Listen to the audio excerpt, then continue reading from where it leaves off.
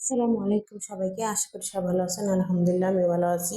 তো আজকে দুপুরের খাওয়া দাওয়ার আয়োজন ছিল এগুলা, তাই ভাবলাম আপনাদের দেখাই দিই। এদিকে হচ্ছে যে মাছ, তো মাছ মাংস দুইটাই রান্না হয়েছে। তো মাছটা হচ্ছে আমাদের জন্য আর মুরগিটা হচ্ছে আমার ছেলেমেয়ের জন্য। তো একটু আলু দিয়ে কাঁচামরিচ বেটে দিয়ে রান্না করেছিলাম, তার জন্য এরকম একটু কালার কম কম লাগতেছে। আর এদিকে হচ্ছে মাছ রান্না করেছি, আলু আর বেগুন দিয়ে ঝোল করেছি।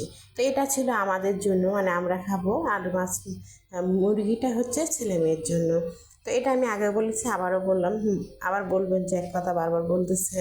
আসলে এসব রান্না করতে হলে, আর যারা এরকম ভিডিও তৈরি করে তাদেরকে এরকম যদি চালু না হয় কেউ, তাহলে কিন্তু তাদের ভিডিও কেউ দেখে না, তাই তো। তো আমি মনে করি এটাই। তো এই যে এদিকে আছে, আমি প্লেট সাজিয়ে নিয়েছি আমার জন্য।